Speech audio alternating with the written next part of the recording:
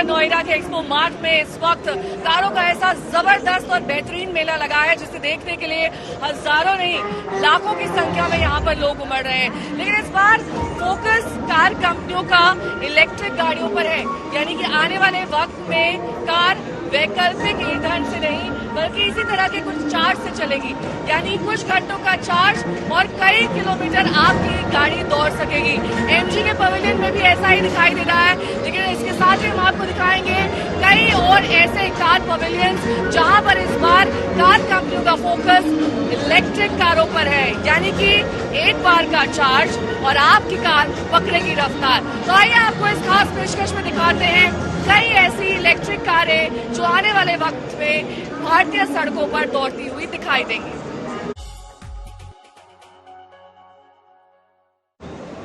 Electric कारें लाने में हालांकि मारुति ने थोड़ी सी देरी कर दी है, लेकिन देर आए दुरुस्त आए। अब मारुति आई है अपनी नई इलेक्ट्रिक एसयूवी कॉन्सेप्ट के साथ। हालांकि ये माना जा रहा है कि आने वाले वक्त में ईवी सेगमेंट में उनकी ये नई कॉन्सेप्ट एसयूवी धाक जमा सकती है और यही वजह है कि इसे टोयोटा के साथ मिलकर बनाया जा रहा है ताकि ये ताकत और तकनीक के मामले में बाकी सभी कार कंपनियों की एसयूवी को टक्कर दे सके।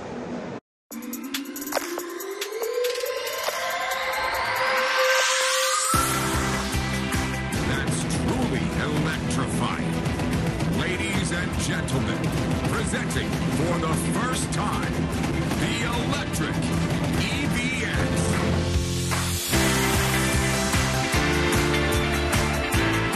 तीन साल बाद ऑटो एक्सपो का द मोटर शो के नाम से आगाज हुआ तो इसमें पहली और धमाकेदार पेशकश देश की सबसे बड़ी कार निर्माता कंपनी मारुति सुजुकी की रही। कंपनी ने ऑटो एक्सपो में पहली बार अपनी इलेक्ट्रिक कार से पर्दा उठा दिया। देश में सबसे ज्यादा कारें बेचने वाली मारुति इलेक्ट्रिक कार के मामले में फिसड्डी है और अभी तक कंपनी के पिटारे में कोई इलेक्ट्रिक कार नहीं है। लेकिन अब EVX एसयूवी के कॉन्सेप्ट को पेश करके मारुति सुजुकी ने इस सेगमेंट में भी जल्द आने का बिगुल बजा लिया है।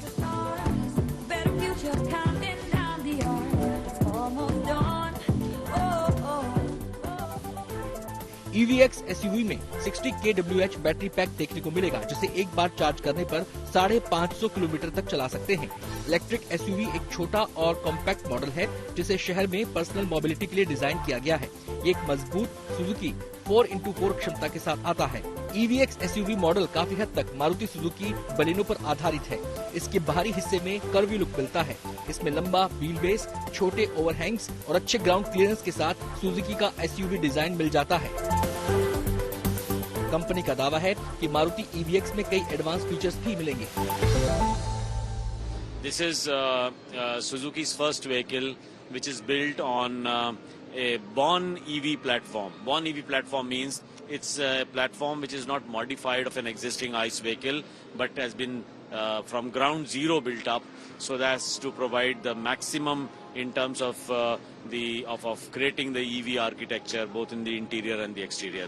So you can see in this vehicle the wheelbase is quite large and that enables it to have a much larger interior space and also the flexibility for managing both the interior and the exterior.